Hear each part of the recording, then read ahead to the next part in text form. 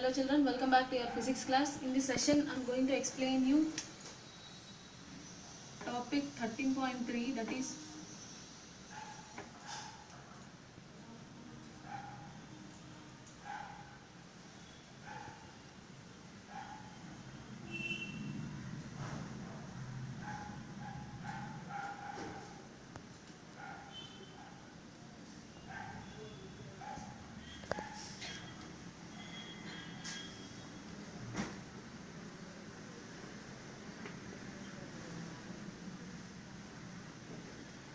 force on a current carrying conductor in a magnetic field. Already we discussed in the previous session that if we consider a current carrying conductor,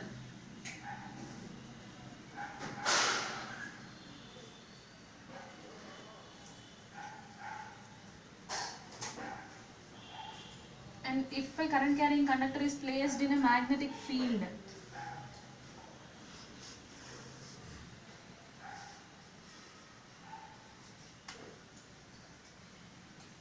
see this is the horseshoe magnet.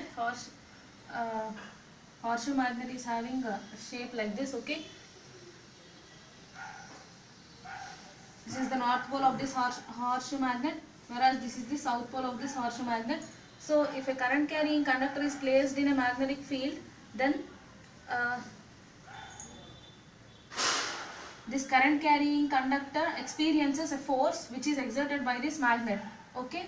That means when a current carrying conductor is placed in magnetic field, we know that a current carrying conductor behaves like a magnet, so around it some magnetic field is created, right? So this magnetic field exerts some force on this magnet, okay.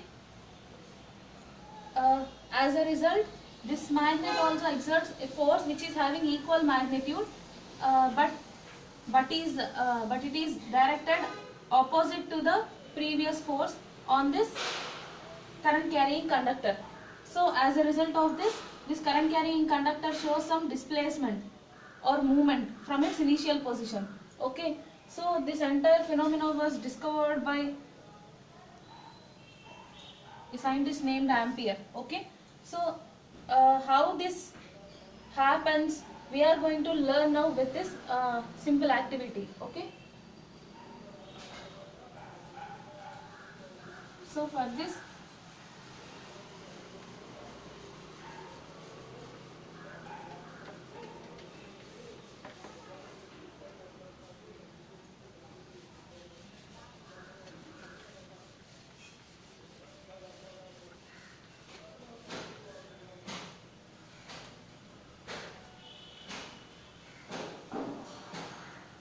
consider an aluminium rod.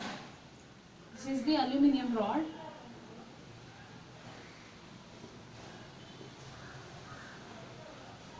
You know that aluminium is a good conductor of electricity. So an aluminium rod, I am giving names to its two ends, that is AB, okay, which is nearly of 5 centimeters length, okay.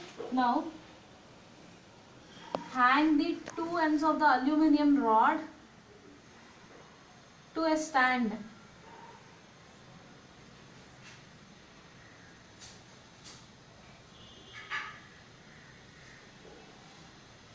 Hang the two ends of the aluminium rod to a stand like this, and that too it should be hanged horizontally, okay.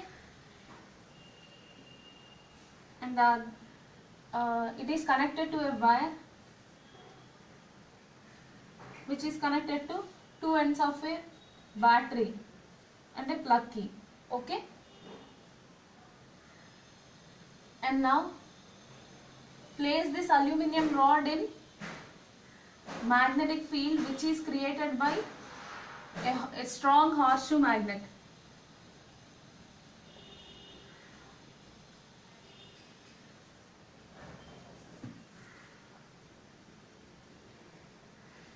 And children, here this magnetic field should be directed vertically upwards. So how can we place this magnet to get the magnetic field which is directed in upward direction? by placing the north pole of this horseshoe magnet below this aluminum rod and its south pole above the aluminum rod. Okay, it will be like this. See, this is the current carrying conductor which is hanged horizontally, whereas this is the horseshoe magnet. It should be hanged in this way. Okay, and this see here, this I think my thumb is showing the north pole of this horseshoe magnet, and whereas these fingers are showing the south pole of this horseshoe magnet, such that magnetic field is directed in upward direction. How can I say that magnetic field is directed in upward direction here? Why? Because always magnetic field direction is taken from north pole to the south pole of a magnet, right? So that is the reason why I'm saying that here in this case magnetic field is directed in upward direction. Okay, and the conductor is like this, it is hanged horizontally in this way. Okay, and now plug the key. Okay, so when you plug the key, what happens? This circuit becomes a complete circuit such that current passes through this, and we know that current direction is taken from positive terminal of the battery to the negative terminal of the battery. So okay, whenever we plug the key, then current passes through this circuit. So it becomes a it in the sense here this aluminum rod, it becomes a current carrying conductor. Okay, so whenever current passes through it, it behaves like a magnet. Okay, so that means around this aluminum rod some magnetic field will be created. Okay, so this magnetic field which is created around the aluminum rod, this magnetic field which is created around this aluminum rod due to the passage of current through it, this field exerts some force on this magnet, horseshoe magnet. Okay, so as a result of this magnet also exerts some force which is having equal magnitude and opposite direction. It exerts some force on this current carrying conductor. Okay, so as a result of the force exerted by this horseshoe magnet on this current carrying conductor, we can observe some displacement in this current carrying conductor, that is we can observe some displacement in this aluminum rod. Okay, now in this case whenever this current direction is taken in this direction, in this case we had observed the displacement in this conductor towards left. Okay, so it's okay. Now we have to check whether we can observe any change in the direction of displacement of this conductor if we alter the direction of current through it. Okay, so how can we observe this? By changing the direction of current. How can we change the direction of current? By changing the terminals of this battery. That means by reversing the terminals of the battery. In the previous case I had connected this end of this conductor to the positive terminal of the battery. Now I had connected the same end to the negative terminal of the battery like this, as shown in the figure here. Okay, so observe it carefully. Now current direction has reversed, and we know that current direction should be taken from positive terminal of the battery to its negative terminal. So now the current is flowing in this direction as shown by the arrows in this figure. Okay, so now current is passing through it in this direction. As a result of the passage of current through it, this rod becomes a current carrying conductor and some magnetic field is created around it. So this magnetic field which is created by this current carrying conductor, it exerts some force on this horseshoe magnet. Okay, so as a result of this force, this magnet also exerts a force which is equal in magnitude but which is directed in opposite direction. It exerts this force on this current carrying conductor. So what happens? This current carrying conductor experiences a force exerted by this magnet and it shows some displacement. Now we can observe the displacement of this rod towards right.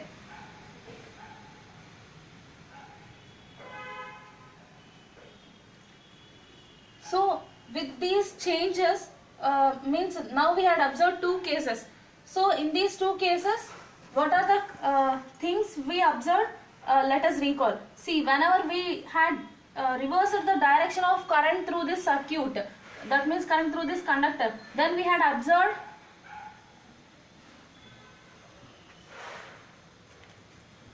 that the force direction also changed. Okay, so with the change in the direction of current, we can observe the change in the direction of force exerted by this magnet on this current carrying conductor. Okay, now we are going to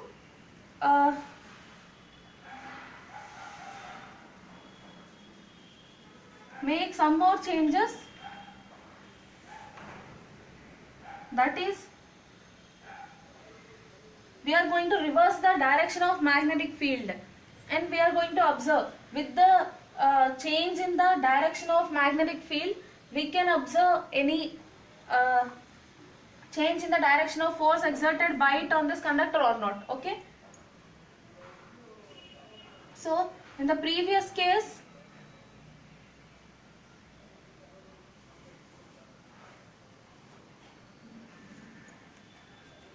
we had connected, we had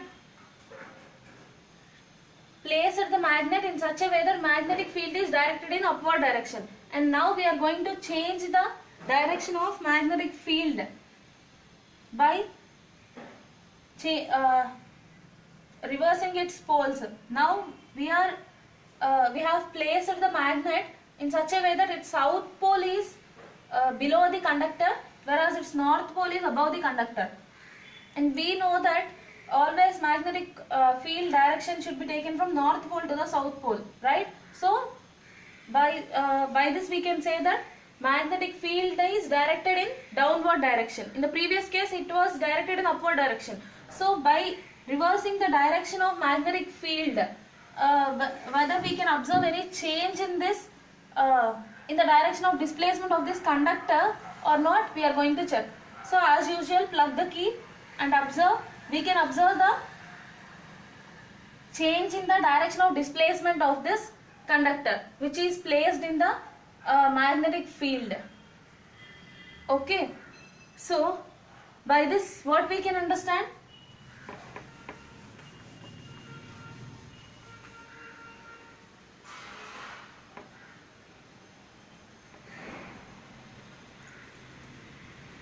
The force on the current carrying conductor.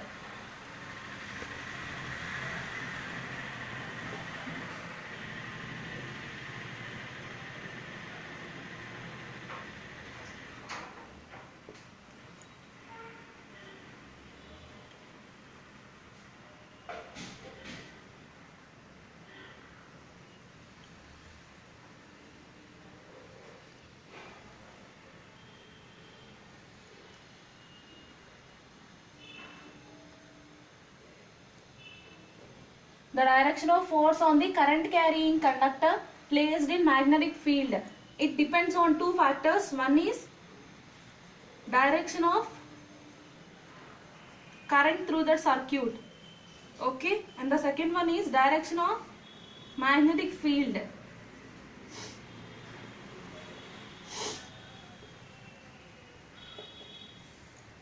So see, the direction of force exerted by this magnet on this current carrying conductor, which is placed in its field, depends on two factors. What are those? Direction of current. That means whenever we change the direction of current, or whenever we alter the direction of current through this conductor, then we can observe the change in the direction of force exerted by this magnet on it. Okay, that is one point. Whereas the other conclusion is with the change in the direction of magnetic field in which this conductor is placed, we can observe the change in the direction of force exerted by this magnet on this current carrying conductor, okay, which is placed in its field. So these are the two conclusions which we can observe from this activity. Okay, have a glance.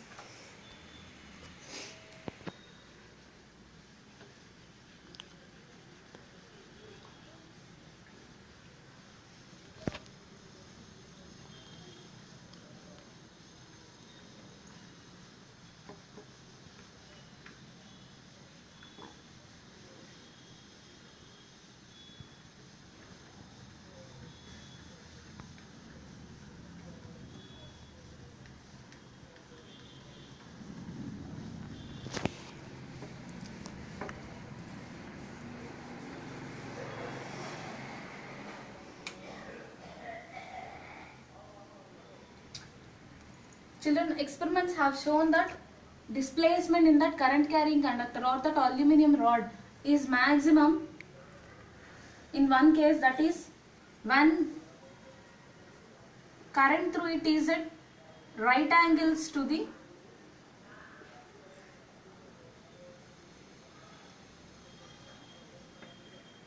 magnetic field. That means if current is flowing in this direction and magnetic field is at right angles to that is perpendicular, or it is making 90 degrees with the direction of current, then in such a case we can observe maximum displacement in that current carrying conductor or that aluminum rod. Okay, so as a result of this we can observe some displacement in the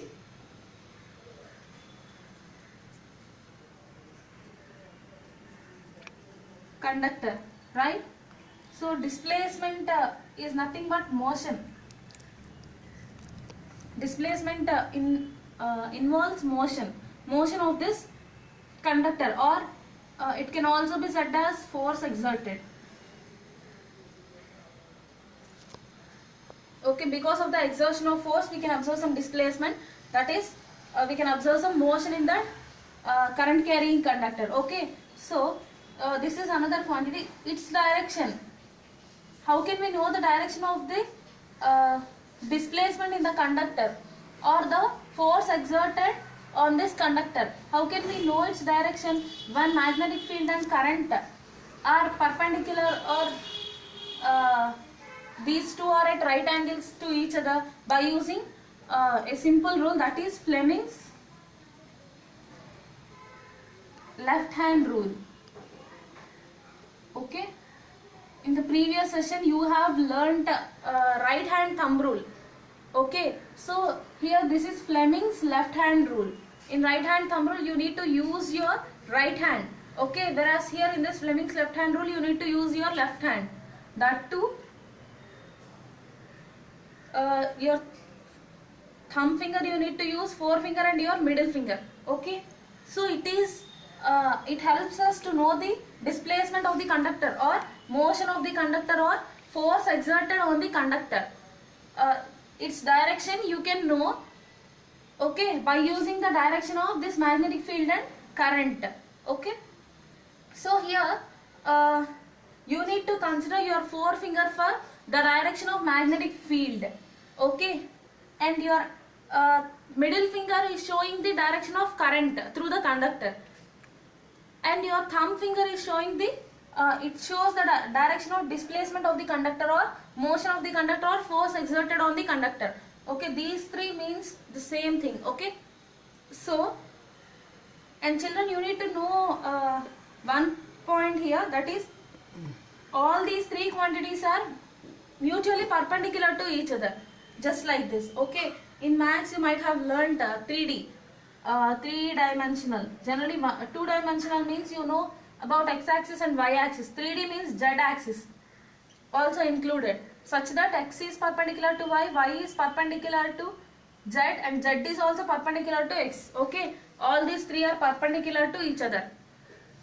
Okay, so here also the same thing we are going to consider, but your forefinger, that to your left hand forefinger, is showing the direction of magnetic field, and and your middle finger is showing the direction of current through the conductor, whereas your thumb finger is showing the direction of motion or force exerted on this conductor. Okay, so and these three are mutually perpendicular to each other, that is these three are right angles to each other, like this. Okay, whenever force is whenever field is in this direction and current flowing through that through a conductor is in this direction, then your thumb finger gives the direction of motion of the conductor in that field. Okay, or direction of force exerted on the conductor by the magnet on the conductor. Okay, so this is the Fleming's left hand rule.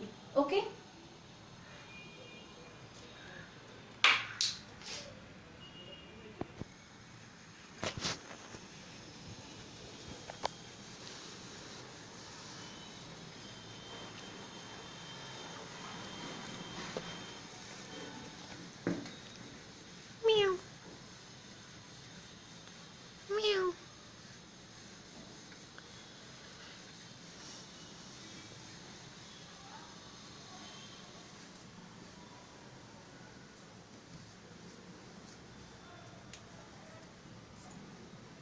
so children, devices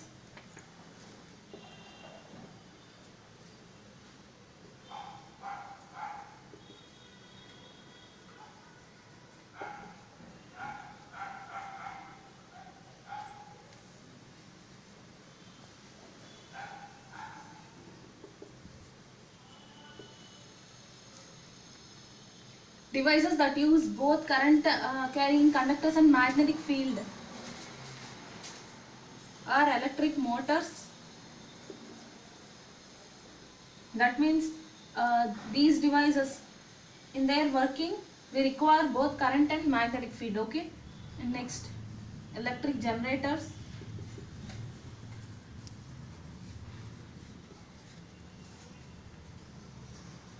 loudspeakers, microphones,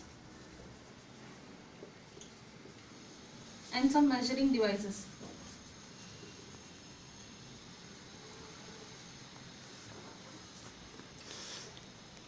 Okay,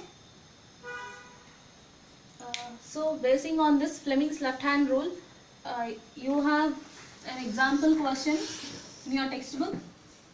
Now I am going to explain that to you.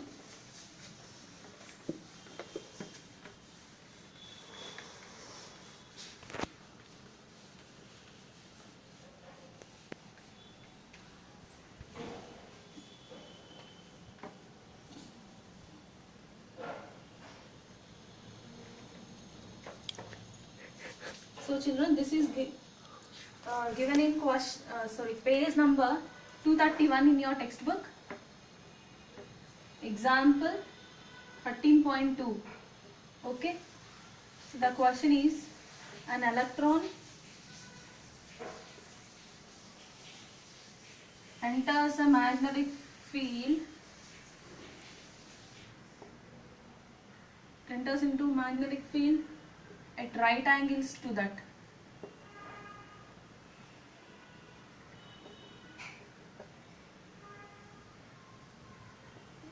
As shown in figure. They had shown it in a figure.